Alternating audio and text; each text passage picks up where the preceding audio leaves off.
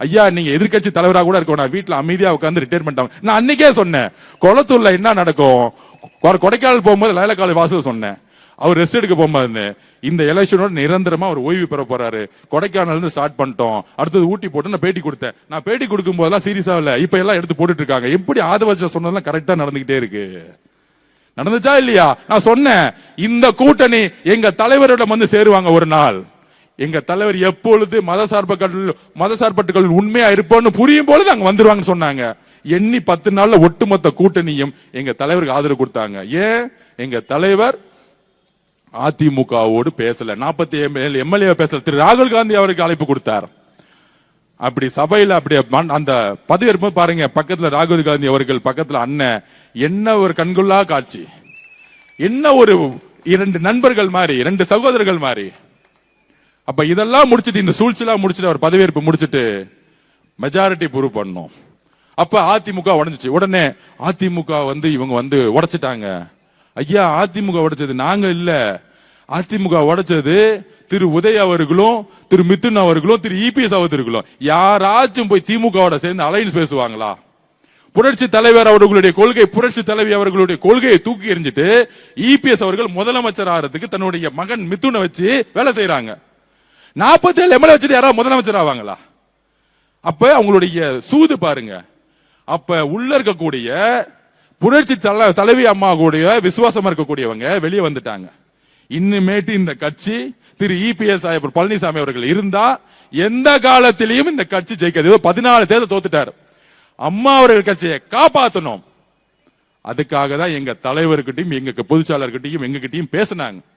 அப்ப எங்க தலைவர் எப்பயுமே ஒண்ணு சொல்லுவார், எனக்கு ரொம்ப பிடிச்சவங்க புரட்சி தலைவர், அவருடைய வாரிசு நானு, புரட்சி தலைவி அம்மா தைரியம் பிடிக்கன்னு.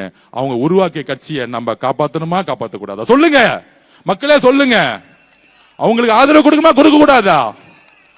நான் எப்பயுமே சொல்லுவோம், நாங்க தலைவர் டிவிகேவும், ஏன் டிவிகே அதிமுக எதிர்த்து கொஸ்டின் கேட்க மாட்டேங்குதுன்னா, புரட்சி தலைவரும் புரட்சி தலைவியும் உருவாக்கக்கூடிய தொண்டர்கள் டிவிகே பக்கம் எப்பயோ வந்துட்டாங்க.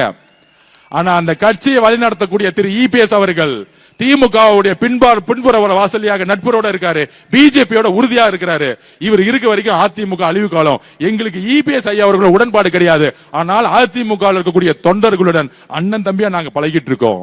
திமுக தீய சக்தி அப்படின்னு சொன்னது புரட்சி தலைவர், திமுக தீய சக்தின்னு அப்படி சொன்னது புரட்சி தலைவர் அவர்கள். அவர்களுடைய மொழியை நாங்கள் உள்வாங்கி இருக்கிறோம். அப்ப அங்கிருந்து வரவங்களை அந்த கட்சியை காப்பாற்றணும் சொல்லும் போது அவங்கள நம்ம அரவணைத்தே ஆகணும். ஏனால் அதிமுகவை காப்பாற்றப்படணும். பிஜேபி பின்புற வாசலாக அதிமுக வந்துச்சு. இப்ப அவங்க நாங்க பிஜேபியோட எந்த காலத்திலும் சேர மாட்டோம்னு தலைவர் அவர்களிடம் உறுதிமொழி கொடுத்திருக்காங்க. அந்த பக்கமே நாங்க போக மாட்டோம். அது அவங்களால நாங்க 4 தேர்தல் தோத்துட்டோம். அதனால நாங்க உறுதியா சொல்றோம், நாங்களும் மத சார்பற்ற கொள்கையில் உறுதியாக இருக்கிறோம் அப்படின்னு சொன்ன பிறகுதான் தலைவர்கள் ஆதரவு கொடுத்தாரு. இதுதான் உண்மை. இதை கூட்டணி கட்சி எல்லாத்திலையும் விளக்கணும். இந்த அதிமுக ஒரு இபிஎஸ் தலைமையில் இருக்க வரைக்கும் தானே இந்த பிஜேபி வந்துகிட்டு இருக்கு. அப்ப அந்த அதிமுக புது ஃபேக்டர்ஸ் பிஜேபி கூட இருக்க மாட்டாங்கன்னு உறுதிமொழி கொடுத்துட்டாங்க. இவங்களை நம்ம நம்பி பார்ப்போம். அதுக்கு மேல உறுதியா இல்லைன்னா உடனே நம்ம வாபஸ் வாங்க முடியுங்கிறத ஒரே ஒண்ணுதான். இது குதிரை பேரம் அல்ல. புரட்சி தலைவி அம்மாவுடைய கட்சியை யாரும் தூக்கிட்டு போயிடக்கூடாது. திமுக அழிச்சிடக்கூடாது, பிஜேபி அழிச்சக்கூடாது. இதுக்குதான் இவ்வளவுதான் ஐடியாலஜி. அதுதான் ஆல்ரெடி 120 பேர் ஆதரவு வந்துருச்சு. பெரும்பான்மைக்காக முடிஞ்சிருச்சு எலெக்ஷன். சபையில எங்களுக்கு மெஜாரிட்டி இல்லைன்னா தானே நாங்க போய் குதிரை பேரத்தில் ஈடுபடணும். ஒட்டுமொத்த மதசார்பற்ற கொள்கையிலும் திமுக விட்டு வந்துச்சுன்னா எங்க தலைவர் மேல இருக்க நம்பிக்கை மட்டும் இல்ல, மக்களுடைய ஆதரவை அவர்கள் ஜனநாயகப்படி மதிக்கிறார்கள். மக்கள் மீது நம்பிக்கை வச்சதான் ஜனநாயக சக்திகள் வந்தார்கள், வேற எதுவும் கிடையாது.